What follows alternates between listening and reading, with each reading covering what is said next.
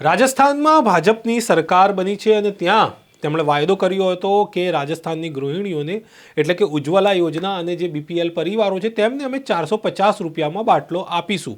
આ જાહેરાત કર્યા બાદ ભાજપની સરકાર ત્યાં જીતી ગઈ। જો કે અશોક ગેહલોતે પણ જાહેરાત કરી હતી કે તેઓ 400માં ગેસનો બાટલો આપશે, પરંતુ ત્યાં તેમની હાર થઈ છે અને ભાજપની જીત થઈ છે।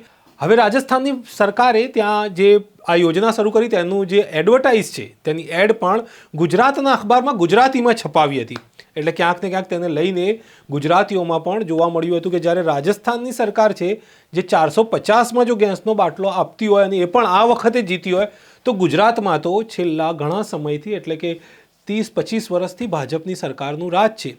તો પછી ગુજરાતીઓનો શું વાંક?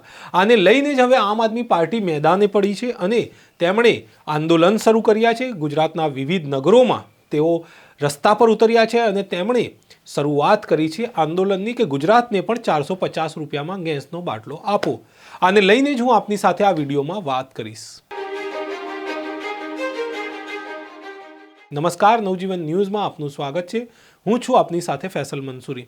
રાજસ્થાનમાં ભાજપની સરકાર બનતા તેમણે 450માં જે ગેસનો બાટલો આપવાનો વાયદો કર્યો હતો તે વાયદો તેઓએ શરૂઆત કરી દીધી છે નિભાવવાની, પરંતુ આને લઈને જ ગુજરાતમાં રોષ જોવા મળી રહ્યો છે। કેટલાક લોકોમાં તેમજ વિરોધ પક્ષ પણ પ્રહાર કરી રહી છે સત્તા પક્ષ પર, કારણ કે ગુજરાતમાં પણ ઘણા વર્ષોથી ભાજપની સરકાર છે ત્યારે તેઓ જ્યારે અરવિંદ કેજરીવાલ અહીં આવીને આ પ્રચાર કરતા હતા ગેસનો બાટલો અને વીજળી મફત આપવાની, ત્યારે ભાજપ પક્ષના જ કેટલાક લોકો આને રેવડી કહેતા હતા।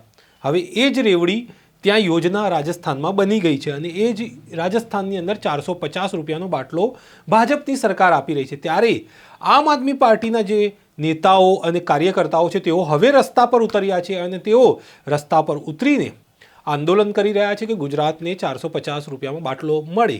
સુરતમાં પણ આમ આદમી પાર્ટીના જે કાર્યકર્તાઓ અને નેતાઓ હતા તે રસ્તા પર ઉતર્યા હતા, તેમની અટકાયત કરવામાં આવી, તેમણે સૂત્રોચ્ચાર પણ કર્યા હતા અને ત્યારબાદ પોલીસે તેમની અટકાયત કરી। તેવી જ રીતે જૂનાગઢની અંદર રેશમાબેન પટેલ તેમણે પણ 450 રૂપિયામાં ગેસનો બાટલો આપવાની માંગ કરી હતી, સૂત્રોચ્ચાર કર્યા હતા અને ત્યાં પણ જૂનાગઢમાં પણ રેશમાબેન પટેલ સહિત કાર્યકર્તાઓની અટકાયત કરવામાં આવી હતી। આવી જ રીતે ભાવનગર સહિત અનેક નગરમાં અને મહાનગરમાં આમ આદમી પાર્ટી એ આજે વિરોધ પ્રદર્શન કરવાનું આહવાન કર્યું છે અને તેમના કાર્યકર્તાઓ અને નેતાઓ રસ્તા પર ઉતરીને ગુજરાતમાં પણ 450 રૂપિયામાં ગેસનો બાટલો મળે તેની માંગ કરી રહ્યા છે। તો હવે આપ બતાવો કે ગુજરાતમાં શું 450માં ગેસનો બાટલો મળવો જોઈએ કે ન મળવો જોઈએ, તેને લઈને તમે શું માની રહ્યા છો? રાજસ્થાનમાં 450માં મળી રહ્યો છે તો ગુજરાતમાં મળવો જોઈએ કે નહીં, તેને લઈને તમે અમને કમેન્ટ બોક્સમાં જરૂરથી તમારા વિચાર જણાવજો।